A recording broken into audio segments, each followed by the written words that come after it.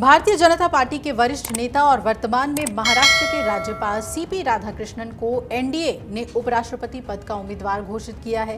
Party अध्यक्ष JP Nadda ने इसकी औपचारिक घोषणा कर दी और इसके साथ ही जीतन राम मांझी ने भी एक्स पर पोस्ट करके इस बात की जानकारी दी। सीपी राधाकृष्णन के नाम सामने आने के बाद बीजेपी नेताओं की तैयारियां तेज हो गई हैं। तैयारियां इस बात की कि कैसे सीपी राधाकृष्णन को निर्विरोध उपराष्ट्रपति बनाया जाए। सीपी राधाकृष्णन को निर्विरोध उपराष्ट्रपति बनाने को लेकर बीजेपी में काफी चिंतन की जा रही है।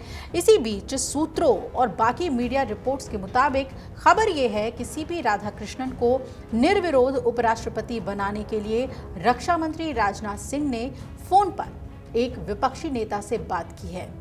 कौन है वो नेता? जैसा कि खबर सामने आई, वैसे ही राजनीतिक गलियारों में कई सवाल खड़े हो गए कि राजनाथ सिंह ने आखिर किसे फोन मिलाया, राजनाथ सिंह के फोन पर क्या मिला जवाब, और क्या सीपी राधाकृष्णन के खिलाफ विपक्ष अपना उम्मीदवार नहीं उतारेगा? कौन होंगे सीपी राधाकृष्णन के खिलाफ विपक्ष के उम्मीदवार?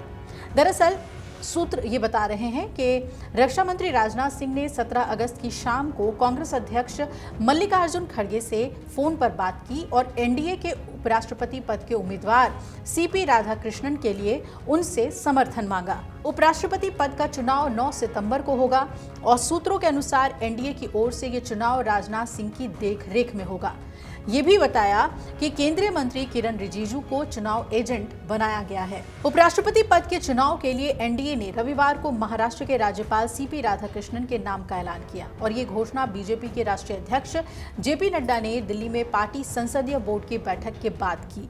बीजेपी अध्यक्ष नड्डा ने कहा कि पार्टी आम सहमति और निर्विरोध चुनाव सुनिश्चित करने के लिए विपक्ष से संपर्क करेगी। जेपी नड्डा ने यह कहा कि हम विपक्ष से बात करेंगे, हमें उनका समर्थन भी मिलना चाहिए ताकि हम मिलकर उपराष्ट्रपति पद के लिए निर्विरोध चुनाव सुनिश्चित कर सकें। अब जान लीजिए कि कौन है सीपी राधाकृष्णन। सीपी राधाकृष्णन का जन्म 20 अक्टूबर 1957 को तमिलनाडु के तिरुपुर जिले में हुआ था। उन्होंने बिजनेस एडमिनिस्ट्रेशन में स्नातक की पढ़ाई की। उनका राजनीतिक सफर आरएसएस से शुरू हुआ और 1974 में वो भारतीय जनसंघ की राज्य कार्यकारिणी समिति के सदस्य बने।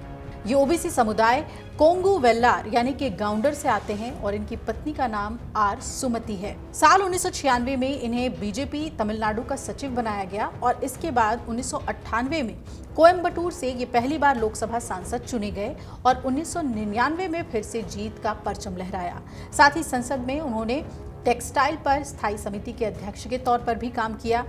पीएसयू समिति, वित्त पर परामर्श समिति और शेयर बाजार घोटाले की जांच करने वाली विशेष समिति के सदस्य भी रहे हैं। साल 2004 में इन्होंने संयुक्त राष्ट्र महासभा को भारतीय संसदीय दल के हिस्से के रूप में भी संबोधित किया।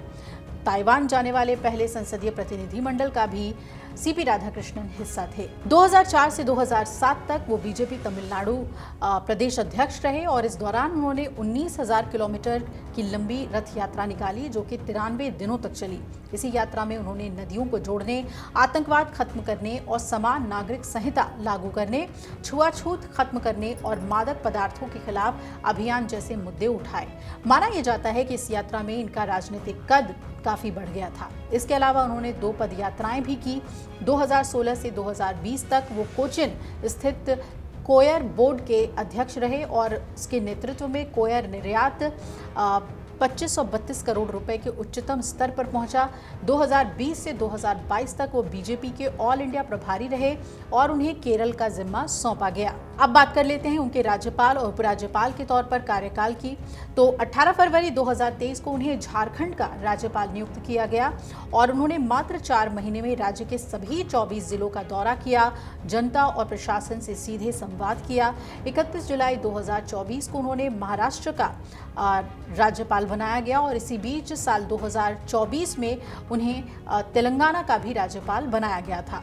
इतना ही नहीं, वो पुडुचेरी के उपराज्यपाल भी बनाए जा चुके हैं। सीपी राधाकृष्णन एक अच्छे खिलाड़ी भी रहे हैं। कॉलेज स्तर पर वो टेबल टेनिस चैंपियन और लंबी दूरी के धावक रहे। इसके अलावा उन्हें क्रिकेट और वॉलीबॉल का भी शौक रहा है। उन्होंने अमेरिका, ब्रिटेन, जर्मनी, जापान, चीन और कई यूरोपीय देशों सहित दुनिया के कई हिस्सों की यात्राएं की हैं। आपको याद दिला दें, संसद के मॉनसून सत्र के पहले दिन यानी कि 21 जुलाई को स्वास्थ्य कारणों का हवाला देते हुए जगदीप धनखड़ ने अपना इस्तीफा सौंप दिया था। इसी के बाद उपराष्ट्रपति का पद खाली हुआ। पद खाली होने के बाद अब फिर से चुनाव कराए जा रहे हैं। एनडीए इसी के चलते अपने उम्मीदवार की जीत सुनिश्चित करने के लिए जोर लगाती दिख रही है। इसीलिए विपक्ष से भी संपर्क साधा गया है और राजनाथ सिंह ने मल्लिकार्जुन खड़गे से बातचीत की है। अब देखना यह है कि क्या विपक्ष अपना कोई कैंडिडेट उतारता है या फिर सर्वसम्मति से और निर्विरोध सीपी राधाकृष्णन चुन लिए जाते हैं उपराष्ट्रपति पद के लिए। अगर आप ये वीडियो YouTube पर देख रहे हैं तो हमारे चैनल को सब्सक्राइब कर बेल आइकन दबाएं और Facebook पर देख रहे हैं तो हमारे पेज को लाइक करें।